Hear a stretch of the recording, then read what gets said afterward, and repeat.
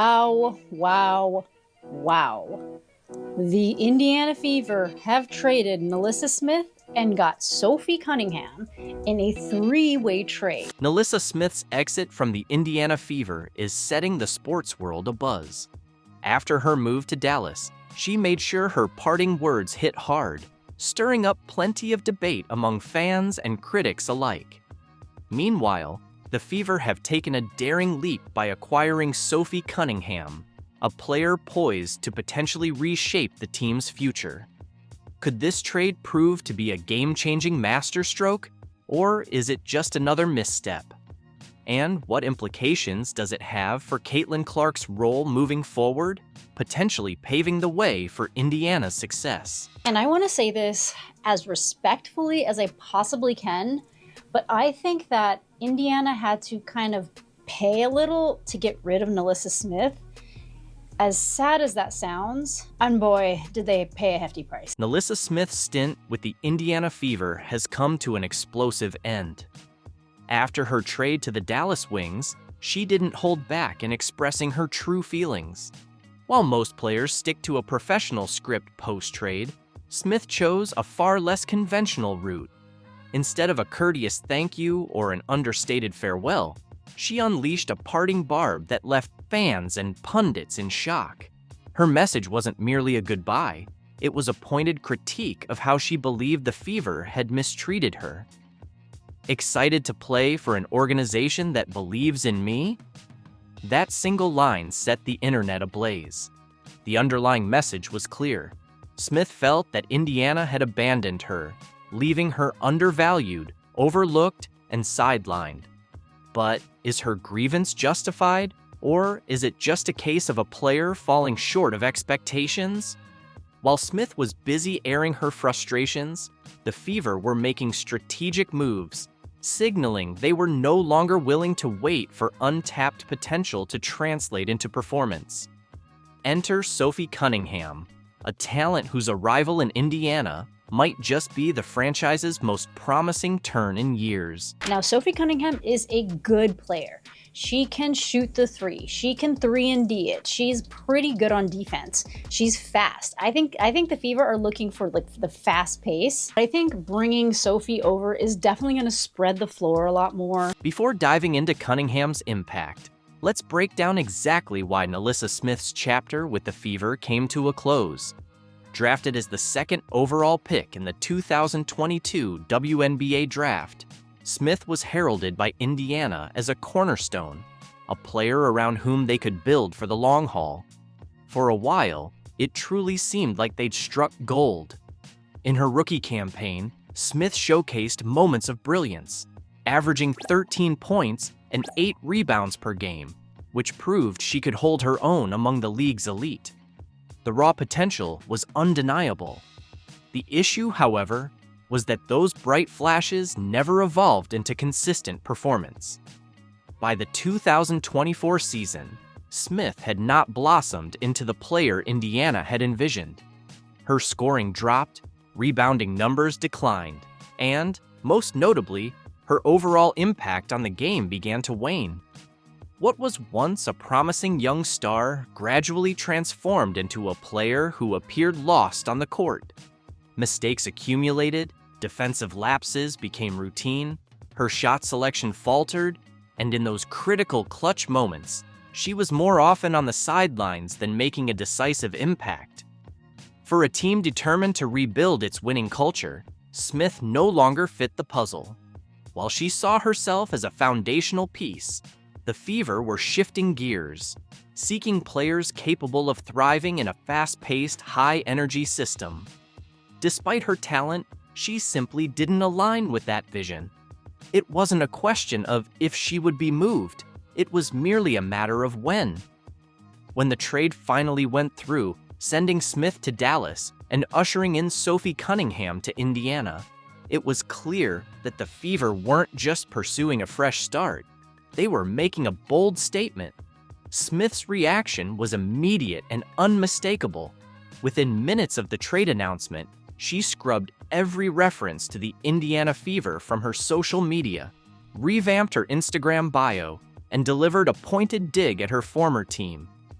reactions among fans were mixed. Some still believed in her untapped potential and felt that Indiana had given up on her too early, while others welcomed the change, arguing that she wasn't the fit the team needed. The truth likely lies somewhere in between. NaLyssa is still young and talented, and in the right system, she could well rediscover her form. However, Indiana simply didn't have the luxury of waiting. The Fever aren't in it for the long game anymore. They're all about winning now. And that's precisely why the arrival of Sophie Cunningham is such a significant development. As well, so in the same day as they get Natasha Howard, they get Sophie Cunningham, possibly adding 2 starters, while also bringing Kelsey Mitchell back, and in year 2 of Caitlin Clark. So the Fever are title contenders right now. Sophie Cunningham brings a crucial element the Fever have been lacking. A relentless, no-nonsense, high-energy force who not only plays the game, but transforms a team's culture. Her ability to knock down 3-pointers instantly makes her a valuable asset, yet her influence goes well beyond the box score. She's gritty, fiery, and knows exactly how to get under opponents' skin. And most importantly, she's a proven winner.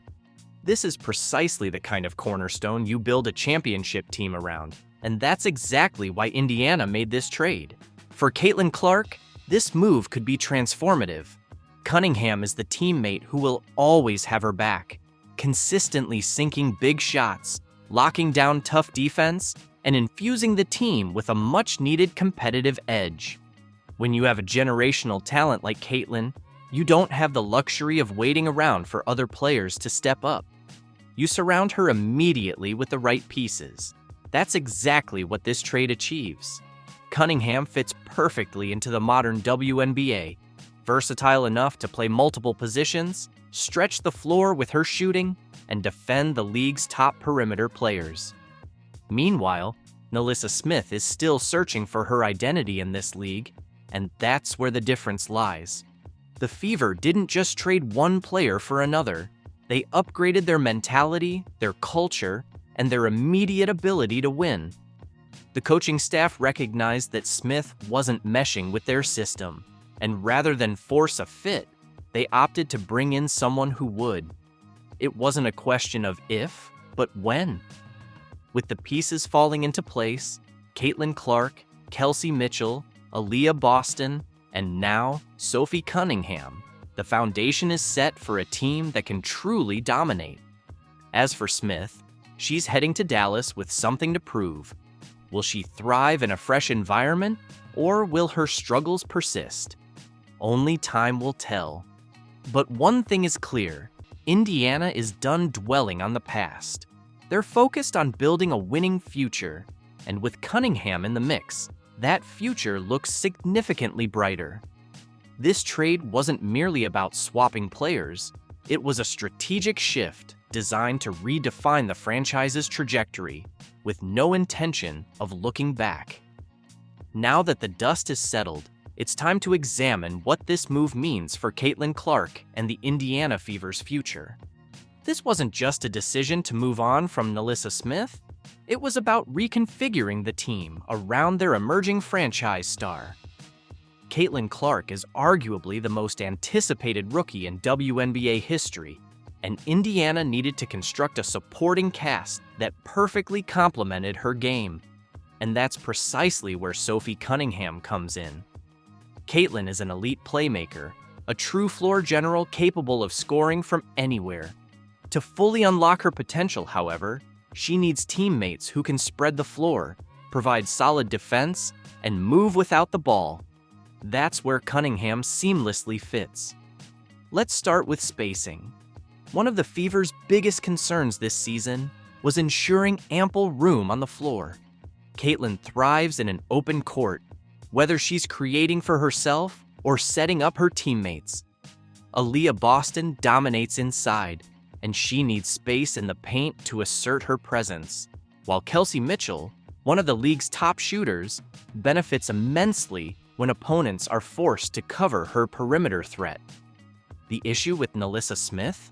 Her inconsistent outside shooting allowed defenses to sag off, clogging the paint and limiting offensive flow, resulting in fewer driving lanes, less open looks, and more contested shots. Sophie Cunningham immediately remedies that problem. With a career three-point percentage of 38%, defenses have no choice but to respect her shot. They can't afford to leave her open, which forces them to extend their coverage and thereby opens up opportunities for Caitlin to drive, for Boston to work inside, and for Mitchell to get cleaner looks. This is a significant win for Indiana's offensive strategy. Defense is another area where the upgrade is evident. NaLyssa Smith struggled on the defensive end. She wasn't quick enough to switch onto guards, nor was she strong enough to command the paint. In a WNBA that's evolving into a faster, more versatile league, that shortcoming is a liability. Cunningham, on the other hand, offers remarkable defensive versatility. She can switch onto quicker guards and also hold her own against larger wings. Her tenacious physical style of defense wears opponents down, providing Indiana with the edge they desperately need. When building around a superstar like Caitlin Clark, you need teammates who can cover for defensive lapses and shore up weaknesses. While Caitlin is an offensive force, she relies on her team to back her up on the other end. Cunningham delivers that defensive intensity and physicality, bringing an edge that the Fever have been missing. With her on board, Indiana is well on its way to constructing the winning team they've envisioned. Apparently, there's a WNBA player named A'ja Wilson. Apparently, she's pretty good. Caitlin Clark brings it down, goes twice between her legs, step back jack. A'ja Wilson doesn't like that. A'ja Wilson isn't smart enough to understand that everybody's going to get fat because of Caitlin Clark. Everybody won't get fat if they keep bringing up the ridiculous, idiotic, and tired old notion of racism. A'ja Wilson has ignited a blazing storm of drama, challenging Caitlin Clark in a manner that's capturing everyone's attention. Is this the fiercest rivalry in WNBA history? A'ja Wilson, a three-time WNBA MVP, has been unstoppable on the court with astonishing stats and consecutive outstanding seasons. She's undeniably one of the league's greatest athletes. However, A'ja isn't just letting her performance speak for itself. She's making her presence felt loudly and clearly off the court as well. A'ja Wilson, who whined and moaned and continues to whine and moan that Caitlin Clark is only popular because she's white, couldn't be more. In a recent intense interview, A'ja Wilson made some significant statements that are stirring up the basketball community. She didn't just challenge Caitlin Clark. She alluded to a more profound issue that's been simmering beneath the surface for some time. Caitlin Clark, the emerging star and generational talent, has dominated both college basketball and the WNBA spotlight. With her electrifying performances and bold attitude, she's become the center of attention. However, A'ja isn't on board with this. Why is Caitlin Clark receiving all the attention? My achievements last season alone surpass her entire career.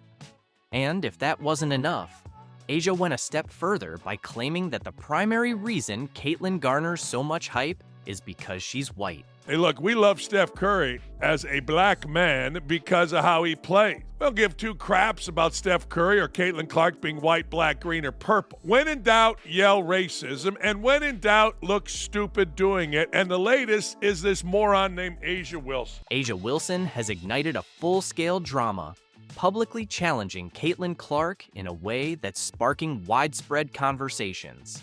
Could this be the most intense feud in WNBA history? A'ja Wilson, a three-time WNBA MVP, has been unstoppable on the court with impressive statistics and back-to-back stellar seasons.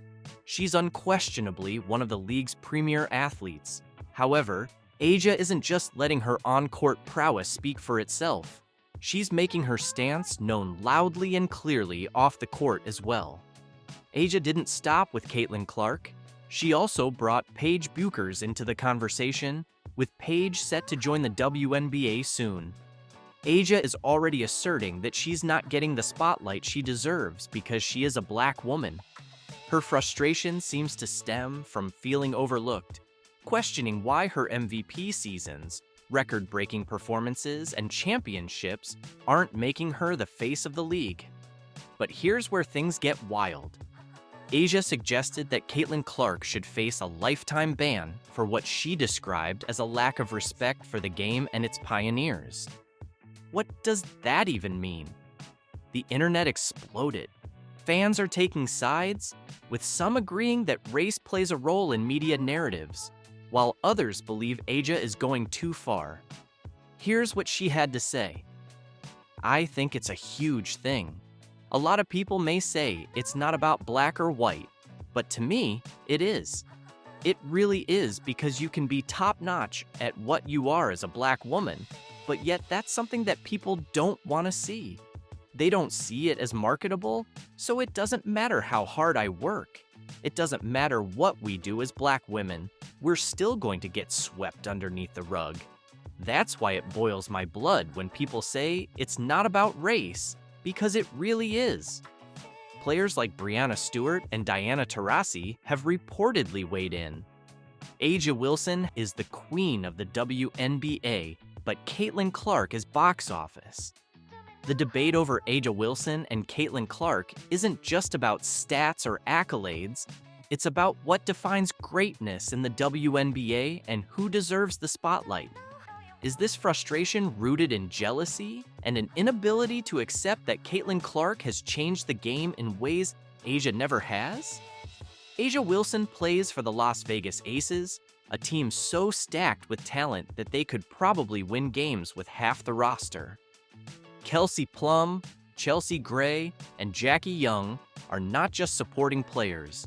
They're stars in their own right. With teammates like these, A'ja has the luxury of playing in a system that allows her to excel without carrying the entire load. In fact, if we're being honest, Kelsey Plum deserves more credit than she gets.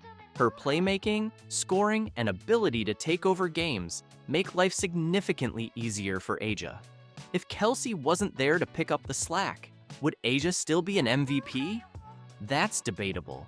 It's worth noting that MVP stands for Most Valuable Player, not Best Player on a stacked team. Without Kelsey, A'ja's numbers and impact would likely shrink. So when A'ja claims she's the league's most valuable player, one has to wonder, valuable to whom? The Aces could probably still dominate without her, but the same cannot be said for Caitlin Clark and the Indiana Fever. While A'ja thrives in the league, Caitlin Clark entered the WNBA as the savior of a struggling franchise. The Indiana Fever had been floundering for years, a team barely making headlines and far from playoff contention. Then Caitlin arrived. In just 8 months, she turned a forgettable team into a playoff contender. Her presence forced her teammates to elevate their game, and her leadership has been nothing short of transformative. Unlike A'ja, Caitlin doesn't have the luxury of multiple all-stars sharing the load. She's the sole centerpiece, carrying the team on her back while navigating the immense pressure of being a rookie in the spotlight. A'ja might want to criticize Caitlin's recognition, but she hasn't faced the kind of uphill battle that Caitlin has in her first season. One of A'ja's loudest complaints is about the awards Caitlin has received. While A'ja is proud of her MVP title, it's clear that Caitlin's recognition as WNBA Player of the Year and Time Magazine's Athlete of the Year has struck a nerve. These accolades highlight Caitlin's unparalleled contributions to the game, both on and off the court. Here's the difference. A'ja's MVP is tied to team success. Caitlin's awards recognize her individual brilliance and the broader impact she's had on the league. The MVP award is often debated, but Player of the Year and Athlete of the Year make one thing clear. Caitlin's influence transcends basketball. She's not just a great player, she's a cultural phenomenon. Her, Kelsey, and Aaliyah Boston, they had something special the second half of the season, and I just look at them as a young, hungry team. Our veteran president with DeWanna Bonner, Natasha, and me coming from winning programs, who have been around the league for a long time and can help infuse something in that team that can take them far in the playoffs, bruh. Sydney Colson just dropped the bombshell on why she made the jump from the Aces to the Indiana Fever, and spoiler alert, it wasn't for the cornfields. Was it Caitlin Clark's insane three-point range? A covert operation to add some comedy to the Midwest? Or maybe just an elite-level prank? One thing's for sure, Colson never does anything without leaving a little humor in her wake. So Sydney Colson is obviously a player for the Indiana Fever. Someone signed to be Caitlin Clark's backup, and she is I think she's going to be a solid player. Sydney Colson finally spilled the tea on her move to the Indiana Fever, and let's just say, she didn't hold anything back. This wasn't some dull, "I'm excited for a new opportunity" speech. Nah, Colson came through with the kind of energy you'd expect from someone who's been itching to drop the details, ready to break it all down like a hyper-excited sports analyst with a comedy degree. The biggest takeaway? The Fever's glow-up is about to be straight up terrifying. Championship experience is a whole new thing, and then coming off the bench, backing up Caitlin Clark, helping her with little things, just the knowledge that she's going to be able to give Caitlin Clark is going to be absolutely fantastic. But why did she leave the Aces? Well, if you see some of these stats and some of this information I'm going to put out, you can be like, you're going to understand why it was time for her to go. Now, if you blinked last season, you might have totally missed the Fever's wild turnaround. They kicked things off looking like they were just happy to be invited to the party, tripping over their own feet, spilling drinks, and forgetting defense even existed. But somewhere along the way, they decided to stop embarrassing themselves and actually play some basketball. The second half of the season, a completely different vibe. They went from, oh, bless their hearts, to, wait, are they actually good?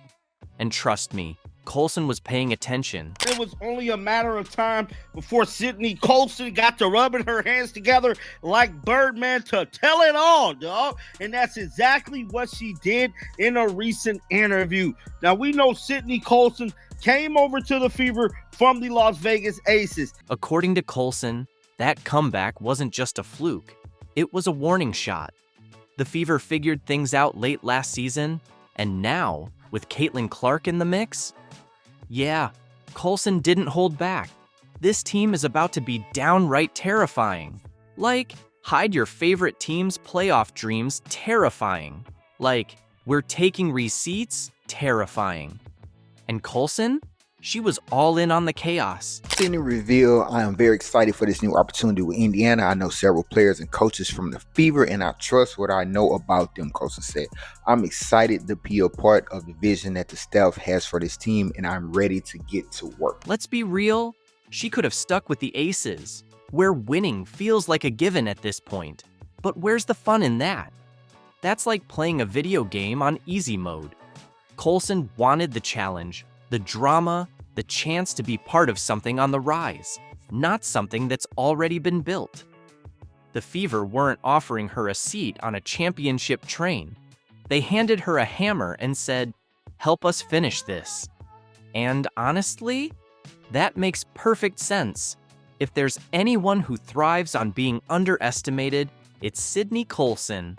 The woman spent years proving she's not just a locker room presence or a social media star, but a legit hooper who can make a difference on the court. Now, she's got the chance to do it with a team that's hungry, scrappy, and, if you ask her, absolutely ready. She said it's a much easier transition now they have a year under their belts together, which would be scary. I'll be interested to be up close and personal with Caitlin and see what it's like day to day. And yeah, like that's the thing where it's like, this team goes where Caitlin goes. Like, I think everyone kind of knows that, where it's like, even last year with the team, when Caitlin didn't play well, they only beat the dream. Colson isn't done yet. While Caitlin Clark gets the spotlight, Colson reminds everyone this isn't a one-woman show. The Fever already have young stars like Kelsey Mitchell, Aaliyah Boston, and NaLyssa Smith. And now they've added even more talent. This team is different, she says, confidently predicting their future success. How? They're done being the should-win team. The Fever are entering this season with a villainous edge, ready to prove they should have been taken seriously before. Colson's bold attitude, humor, and charisma make her the perfect fit for a squad with something to prove. She'll talk, stir things up, and back it up. It was just an exciting opportunity. My time with the Aces was wonderful, and we created history in a lot of ways. And they'll always be my Aces family, and I'll miss those fans and everything. But I felt God was leading me in another direction. And sometimes stuff can feel uncomfortable, but you not necessarily feeling like you're ready to take a step back. But I think that's usually when you need to. So that was what I needed to do. Now that was Sydney Colson, man. Sydney Colson didn't just join the Fever. She's all in on the chaos. The underdog story is about to become a nightmare for the league. And if you're not paying attention yet, you will soon. Colson keeps cranking it up, talking smack and backing it up. This time, she's got a lot to say about Caitlin Clark, the Fever's veteran moves, and how they're setting Clark up to become a league-wide nightmare. They went up and snatched Sid Colson from the Aces. She is 100% vibes. She is 100% going to be a backup for Caitlin. It's going to be fantastic backup for Kelsey. Like, she is a great addition to this backcourt. She has senior leadership. She has championship experience. She is the most fun ever. Caitlin Clark enters the WNBA with huge expectations, but Colson isn't worried. She made it clear that Clark won't be alone in this. The WNBA is tougher than college, and no one's giving Clark an easy ride. Colson emphasized that having experienced players around Clark is key, and they're not just guiding her, they're changing the culture. While the Fever showed promise last season, this year, with veteran leadership, they're ready to win and push the young players beyond just improvement. Hopefully y'all remember how fantastic Sydney Colson was in the 2023 WNBA Finals. That's what Sydney Colson can offer. Yes, Sydney Colson did not play a lot of minutes with the Aces, but she could have. The thing that I love about Sydney Colson is that she's all fun and games. She's all silly. She's all enjoying her time. She's a boatload of fun. That is the life of the party right there. But when it comes to playing, when it comes to locking in and getting all set for the game, Sydney Colson's all business. Yeah, she could be silly and whatnot, but when she step on that court, she's business, right? Inside those lines, she is all about her goal, which her goal is to play some really good defense and take care of the ball. And that's what she does. And that's exactly why the Indiana Fever has signed Sydney Colson. Because yes, she is a great locker room fit, but also when you talk about someone who can play defense, that's something that the Indiana... Caitlin Clark will be great, but she'll be even better with her squad, including Colson, who doesn't downplay her own greatness. Colson's part of a Fever team stacking weapons and building confidence, ready to make noise in the WNBA. Aces fans, however, weren't happy when Colson signed with the Fever. Aces Twitter exploded with words like betrayal as the Fever kept adding talent, turning a rebuild into a full-on takeover mission. Aces fans were not handling it well. The Fever better get a ring with this because Sydney Colson is a two-time WNBA champion, a true vet, an amazing backup point guard. And anytime that CC or any of the guards need to go to the bench, Sydney Colson always makes the right call, always makes the right decision. A'ja Wilson tried to keep it together, but after a season of poor team chemistry, she admitted, "We didn't play our best." The real shock came when she said, "We had some things going on," hinting at locker room issues. With Colson leaving soon after, fans quickly connected the dots, and the drama unfolded. Was Colson the problem, or did she just leave at the right time? Theories are flying. Some say the Aces were already falling apart, and Colson made her exit perfectly. Others believe she was the glue holding the team together. Either way, The Aces were spiraling, and Vegas fans weren't happy. Meanwhile, Fever fans were watching, and Colson? She was in Indiana, likely enjoying the chaos, knowing she always lands on her feet.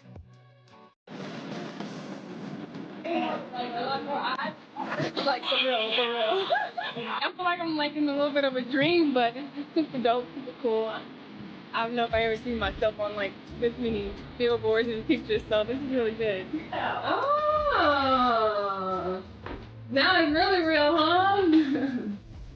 This is dope. Okay. I gotta get used to 2-5. This is my first time. Something unexpected went down in Indiana, and it's shaking the WNBA to its core. No big press conferences, no spotlight, no orchestrated moments, just a quiet entrance that has the league scrambling to figure out what's next. On the court, Bonner! Bangs it home. Bonner, the logo 3 at the shot clock mounting in this game. Bonner makes her career best. Bonner hits the 3. Bonner launches over Sabally, got the 3. DeWanna Bonner, two-time WNBA champion, future Hall of Famer, and one of the most respected vets in the game, made her way into Indiana without a hint of drama. No waiting around. And where did she go first? Right to the gym. Her work ethic is impeccable. She is exactly the type of player that the Indiana Fever needed. Similar to what DB said about the competitive fire you all had, the moment you had in the playoffs last year, all those things. How do you think your competitive fire can mesh with hers? Yeah, I mean, that's exactly what you want. You want your teammates to be just as competitive as you are. So I think training camp's going to be really fun. That's when you're competing live. You know, you're getting after things. Coaches are figuring out what lineups work, what lineups don't. So I think it's more so like the drive of pushing your teammates to get better. And I think that's exactly what she speaks to when she talks about her leadership. Like, that's going to push all of us to get better when you can see a vet like that come in here and want to get better every single day still. And, you know, you're 12 plus whatever they are in their career. That's inspiring. That motivates you to want to be better too, but just exciting. But waiting for her wasn't a coach, an agent, or a front office exec. It was no other than Caitlin Clark. Clearly the main reason DeWanna joined the team, so she was excited to see her. Thank you very much.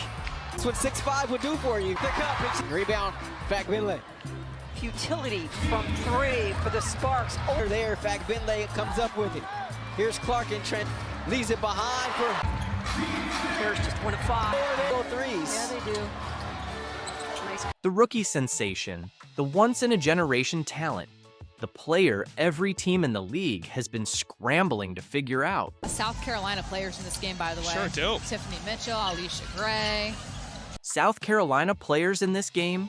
Tiffany Mitchell, Alicia Gray, and the big question lingering? Why? Why would a battle-tested veteran skip the usual welcome parties to hit the gym with a rookie?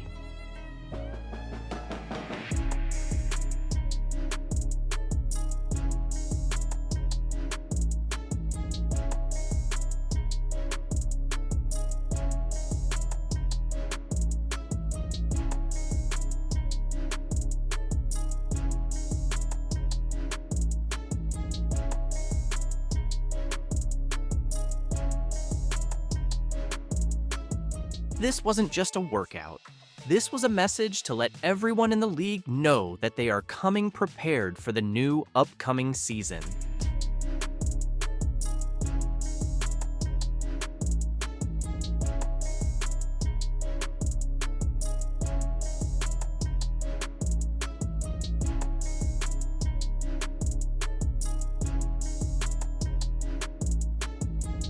And if you think this is just another off-season move, brace yourself for a rude awakening. The Indiana Fever has something big planned up their sleeve. The WNBA is on the verge of a major shift, and the Indiana Fever is right in the middle of it.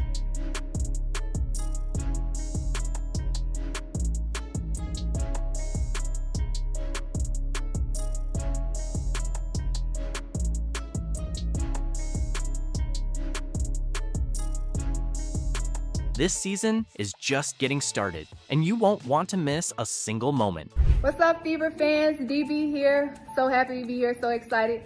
I'll see you guys in May. No welcome parade, no PR stunt, no fluff. DeWanna Bonner didn't come to Indiana for the media circus. She came for one thing: business.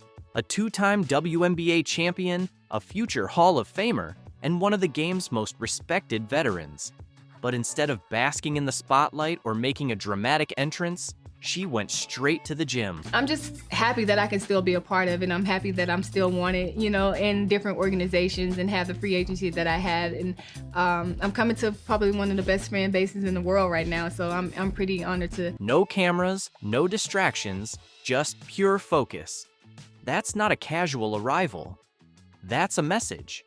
When a player of Bonner's caliber bypasses the theatrics and heads straight to work, it's clear she's got unfinished business.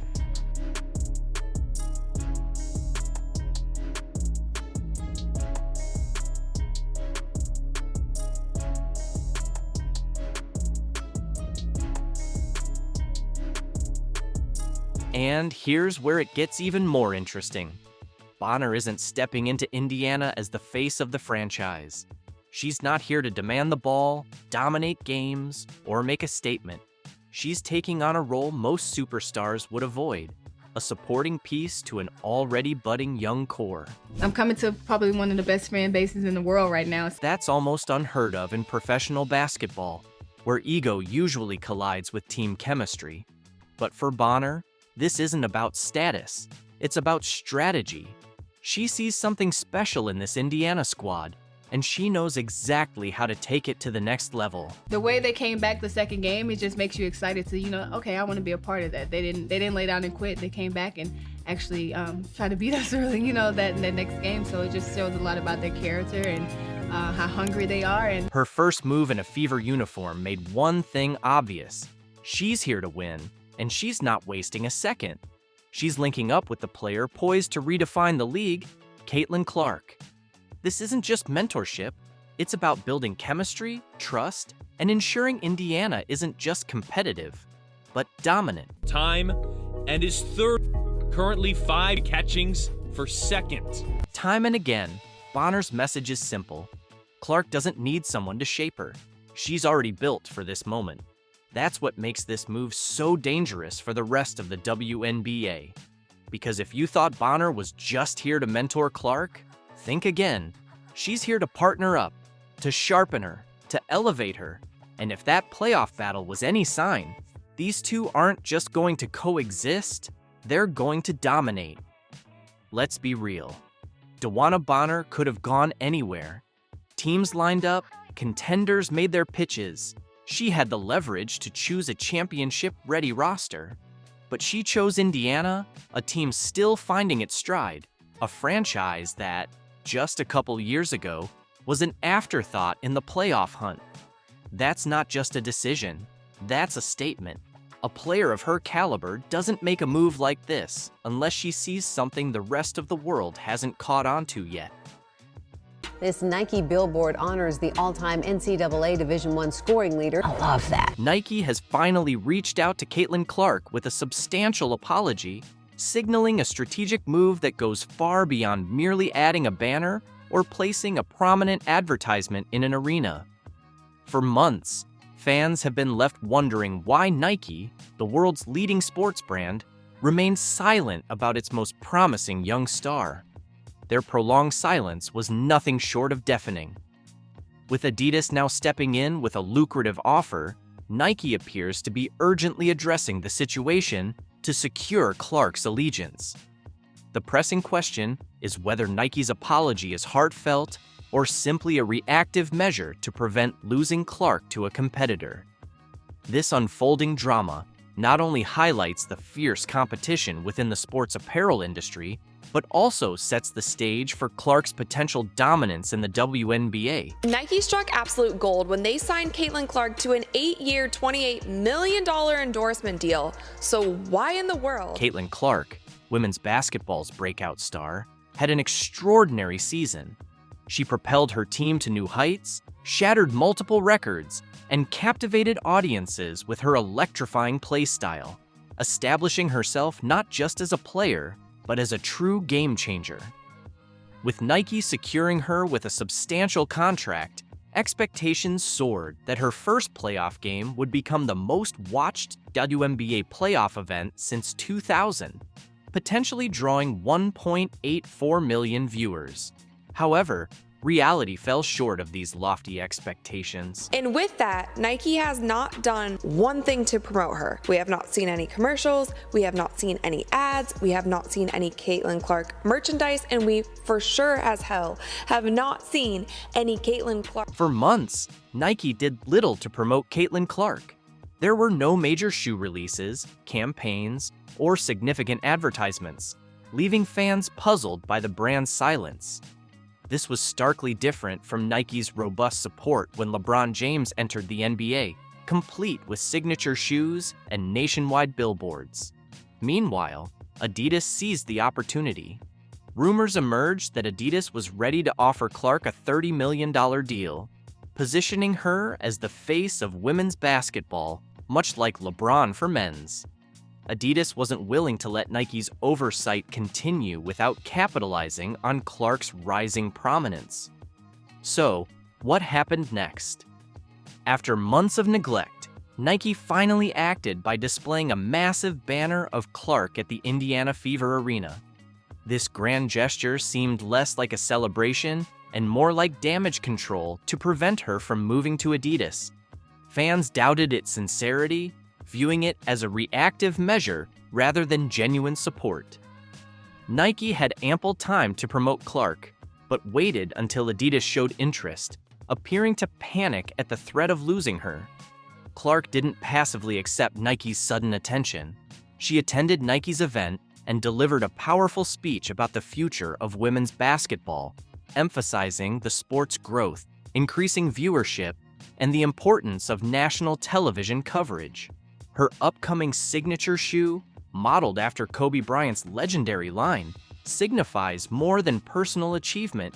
It represents Nike's attempt to finally invest in women's basketball. However, the delay has left fans skeptical about Nike's true intentions. Nike has a history of prioritizing male athletes over female counterparts, evident in their treatment of LeBron James and Kevin Durant compared to Serena Williams or Diana Taurasi. If Clark were a man, Nike would have undoubtedly invested in her from the start. This disparity suggests Nike was more concerned about losing a lucrative partnership than genuinely supporting her. Although Nike's recent actions are a step forward, they seem too little, too late. Adidas has already established itself as a brand that truly supports women's sports, making a substantial investment in Clark. The battle now hinges on whether Nike can regain Clark's trust or if Adidas will secure her allegiance permanently. Let's not forget other major brands like Under Armour and Puma are after her as well. Some fans would also love to see Clark release her own sporting goods brands.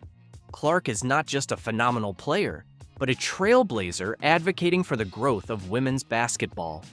Her influence extends beyond the court, inspiring young girls and pushing for greater investment and recognition of the sport.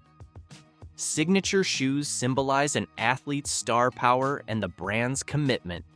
LeBron James's signature shoe marked Nike's full investment in him, and Clark's shoe has the potential to do the same for women's basketball. However, Nike's delay has allowed Adidas to gain an advantage, positioning themselves as the true supporters of the sport. This conflict between Nike and Adidas highlights a broader shift in the sportswear industry's approach to women's sports. Historically overlooked, women's basketball is now recognized as a significant and profitable market, thanks to athletes like Clark. Whether Nike's apology is sincere or merely strategic, it indicates a changing landscape where supporting female athletes is becoming essential. Caitlin Clark is more than a basketball player. She is reshaping the game both on and off the court. Her decision to stay with Nike or move to Adidas will have profound implications for the future of women's sports. Brands are finally recognizing her immense value, and their support will influence the trajectory of women's basketball. So the Indiana Fever fans are furious with this signing. Absolutely furious with the fact the Fever have signed someone who appears to be a Caitlin Clark hater in Brianna Turner. The Indiana Fever just shook up the entire fan base with a major move. They signed Brianna Turner. But in less than 24 hours, she somehow managed to turn that excitement into a full-blown disaster. That's right. Within a single day, Turner went from the team's latest star signing to public enemy number one. Brianna Turner, Sky fans hate her. Like, there is no player the Sky fans hated more than Brie Turner, who came on a big contract, a genuinely big contract. Here's where it gets wild. Turner didn't just ruffle a few feathers, she ignited a full-blown revolt. Fans are already demanding she be cut before she's even played a single game. What on earth did she do to cause such a storm? And how will this affect the Fever's season hopes? We've got the inside scoop, and believe me, you won't want to miss this. So it looked like the Fever front office has made a huge mistake and screwed up Caitlin Clark for the 2025 season. They have created a hostile work. Hard to believe, right? In less than 24 hours, Brianna Turner went from the Fever's exciting new signing to public enemy number one. Fans were hyped about landing a defensive juggernaut they thought would help propel the team up the ranks. But then, bam! Old tweets surface, and now everyone's asking, hold up, did Turner just throw shade at Caitlin Clark? A lot of the tweets and stuff do not look good. Do not look good from Brie Turner. So, what did Turner actually say? She took a dig at Iowa's celebration for being NCAA runner-up, the same team where Caitlin Clark had an epic season. Turner tweeted, Iowa will hold a celebration to honor the NCAA runner-up. All players and coaches expected this respectfully. I'm confused. Is this what a runner-up typically does? Oof.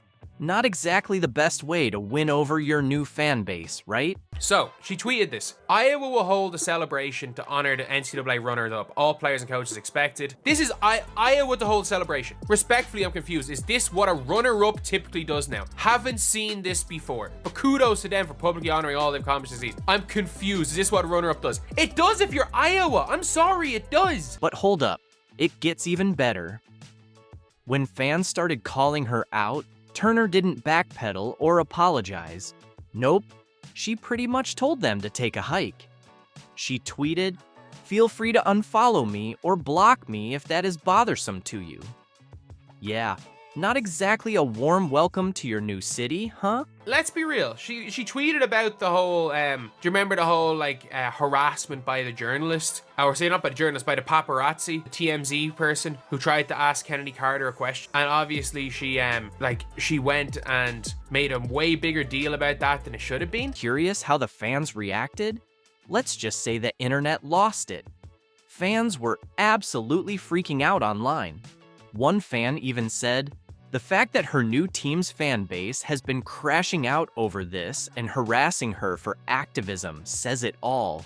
It's like Turner opened a can of worms, then grabbed a fishing pole and went to town." When Caitlin Clark and Stephanie White and these people came out and basically said at the end of the season, and Kelsey Mitchell and all these people, she was really anti-Fever. I don't think she was necessarily anti-Caitlin Clark with what she said, but she was anti-Fever when everyone was saying, do not platform the trolls. Here's where things get even juicier. Turner isn't backing down at all.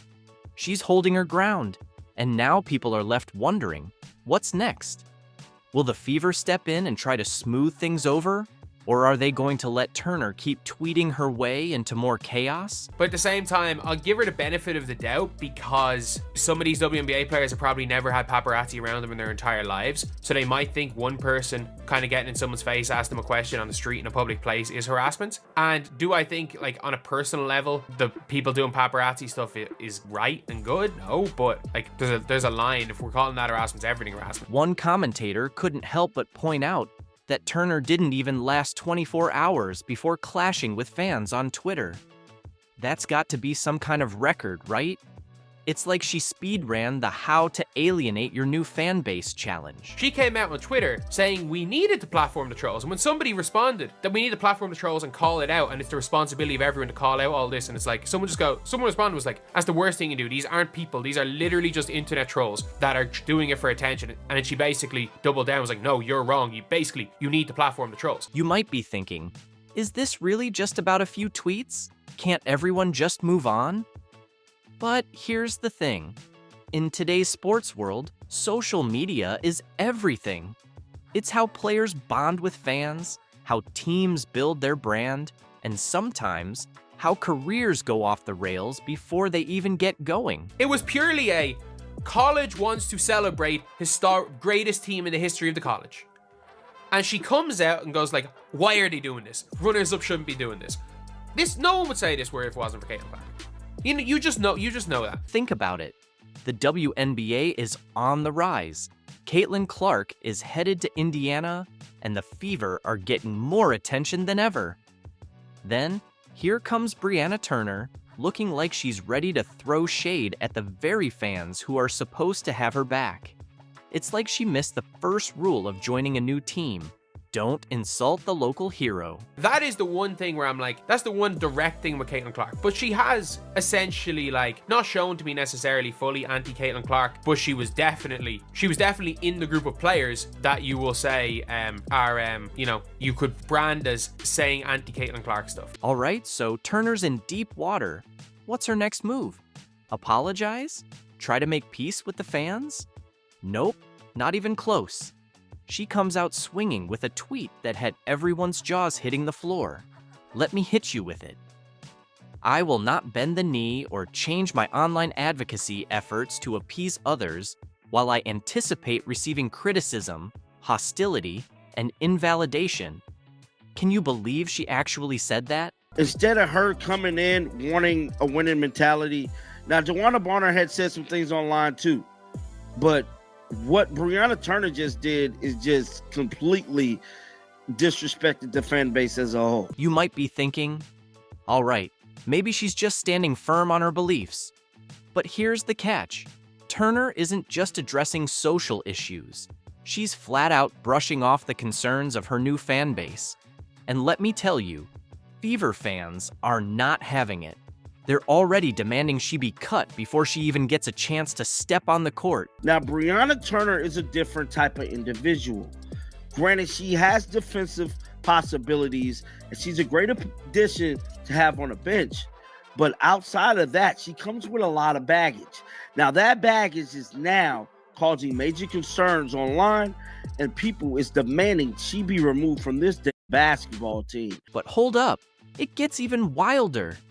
Turner's not backing down. She's doubling down, saying she won't change for anyone.